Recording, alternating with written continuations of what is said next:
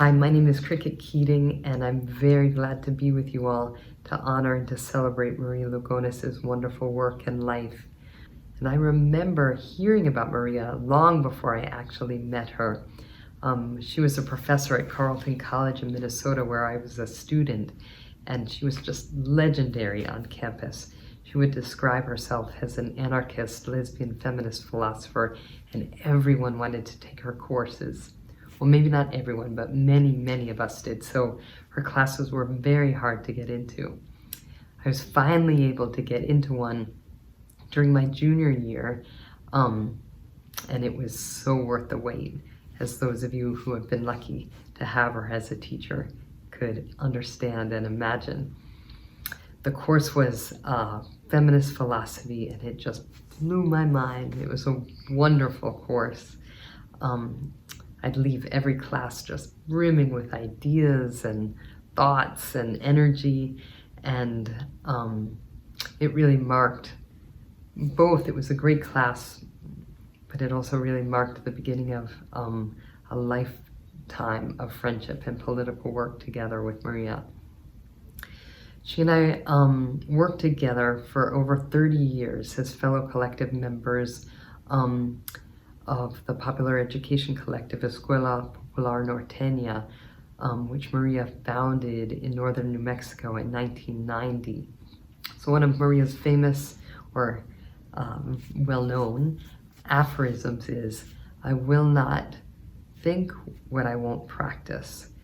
And when I'd hear her say that, and now when I read that in her work, I think, oh, when she's talking about practice there, she's talking about popular education, because popular education was just so central to her approach to women of color politics, to her approach to coalition politics, and to her approach to decolonial politics.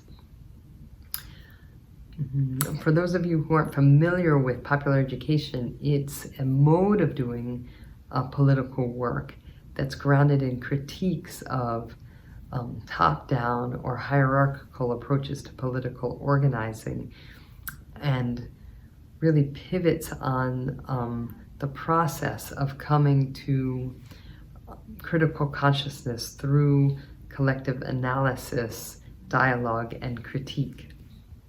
For example, feminist consciousness raising can be an example of popular education practice. So in her work with EPN and elsewhere, Maria developed, I think, a really distinct and important approach to popular education that takes up the complexity of people's lives and communities, and really affirms the transformative capacity of their everyday resistant practices. So her understanding and her particular mode of doing popular education really centered on the political possibilities that inhere in our relationships with one another, and really sort of underscored that our own understandings and potential enactments of our lives are just so deeply tied to one another and to the meanings that we create together. So a lot of her work was creating spaces for those conversations to happen, for that dialogue to happen, for us to think about how we can link our resistant practices to each other's, how we can make them, in her words, echo deeply into the social. So this work was very central to her life. In fact, just days before she died, we had a virtual meeting with the community in New Mexico to think about a popular education for young people in the community. And even just the day before she died, she called me up from her hospital bed to think about next steps, things we could do to follow up from that meeting. She just found so much joy and hope in working towards the possibility of deep coalition with people. And I feel so lucky to have been so close to her in this work, and thus in the joy and the hope. Over the years, our friendship and our work together continually challenged me, sort of in popular education style, to think differently and more expansively about myself and others, and deeply energized my sense of the possibilities of collective work. I so wish actually we could all be together in person to celebrate this work, to celebrate her together in the spirit of deep coalition and community and collectivity. But hopefully we'll be able to do that soon. And I thank you all so much, and I so look forward to hearing everyone's memories and insights.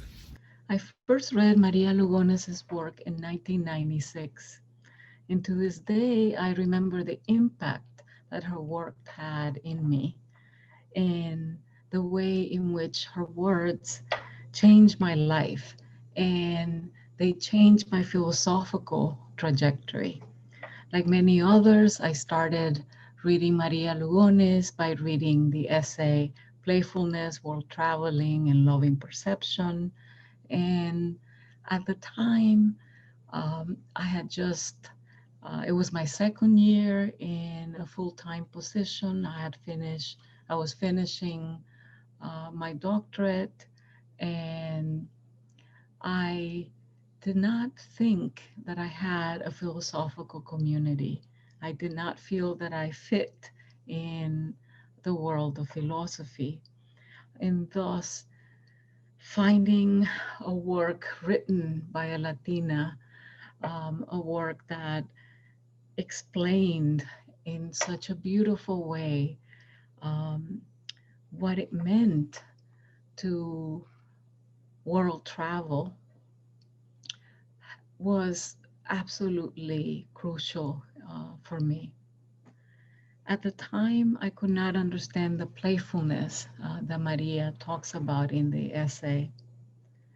I could understand, however, and I could completely, not just simply understand, but I could feel, I could relate to the way that she describes world traveling.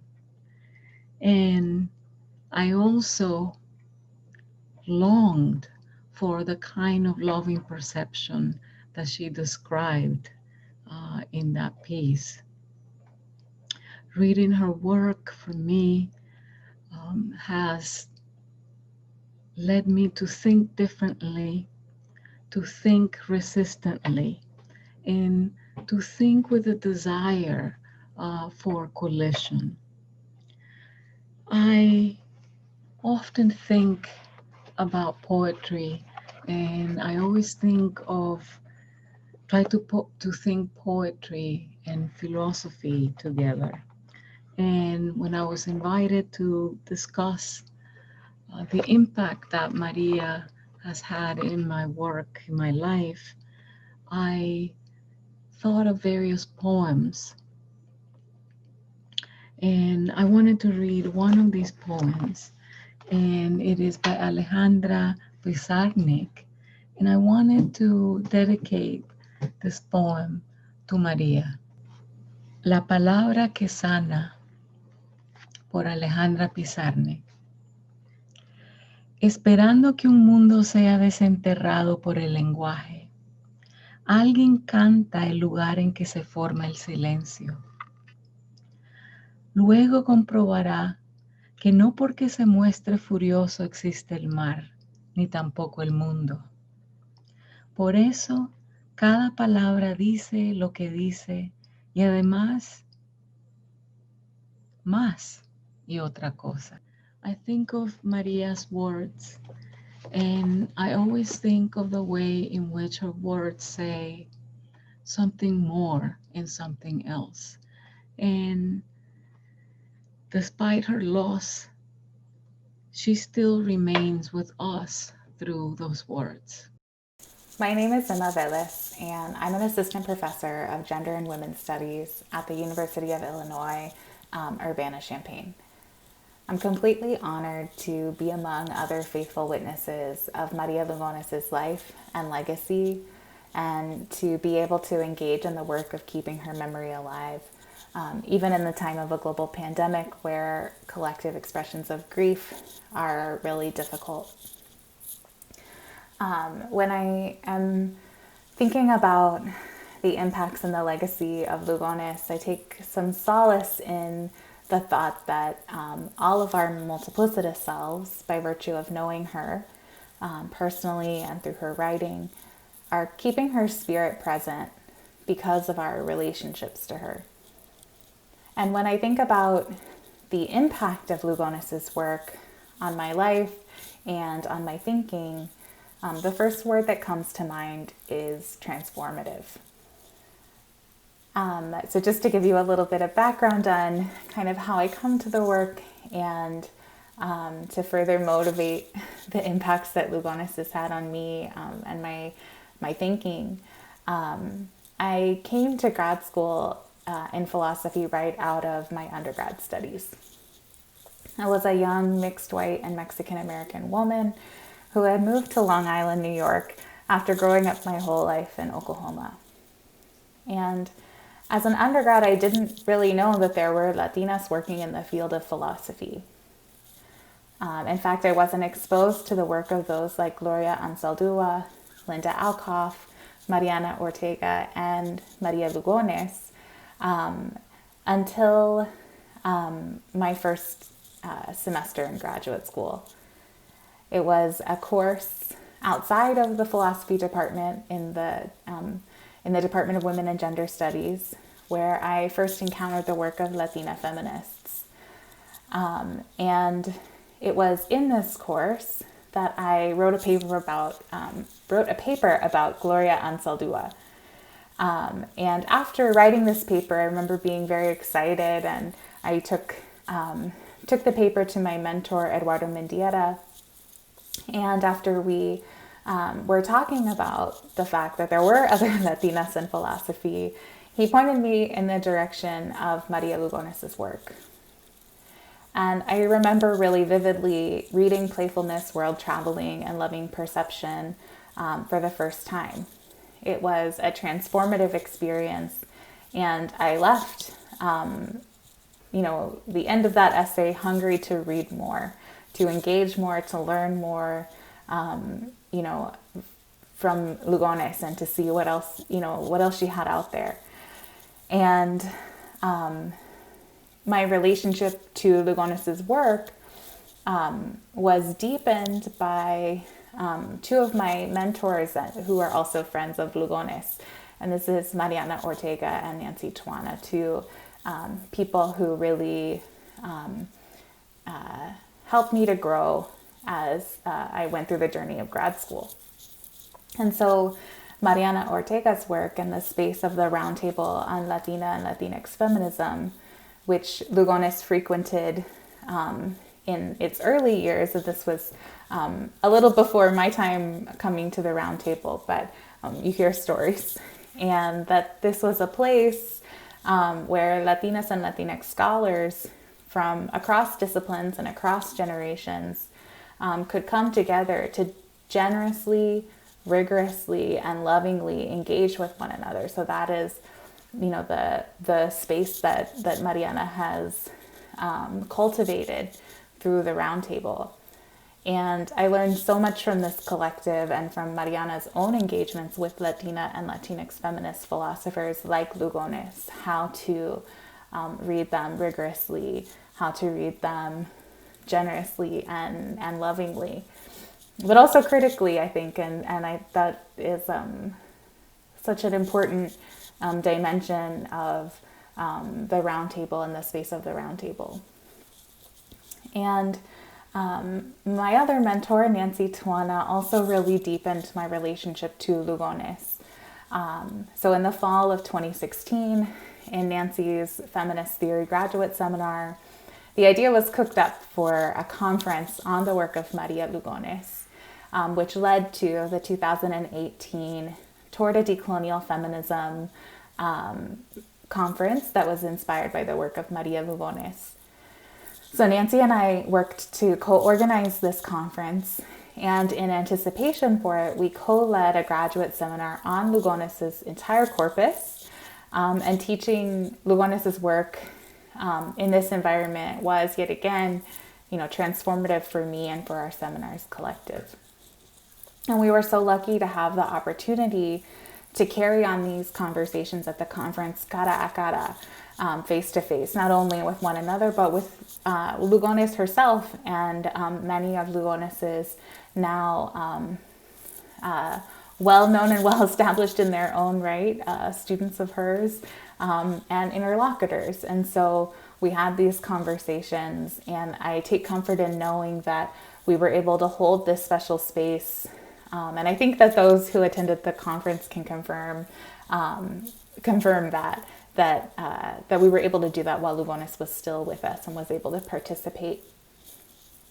And in the space of the conference and the seminar, I learned more about the challenges of complex communication and deep coalitions, of world traveling and faithfully witnessing against the grain of oppression. Those of us who are longtime readers of Lugones' work know that these are a part of that critical lexicon that she's imparted for us. The wisdom and the vibrant and critical insurrectionary lexicon that permeates Lugones' thought, I think, is one of the gifts that she's left us that is to be passed on. And I think that one of the most beautiful things that I am taking solace in the wake of her passing is that Lugones has empowered, and that her work will continue to empower los atravesados, the queer and the marginal, the multiplicitous in-betweeners, who are carrying on her work, our work, the work of decolonization and liberation in our attempts to take up what she's called the decolonial feminists' task, as we seek to affirm the idea that otro mundos son posible, that other worlds are possible. So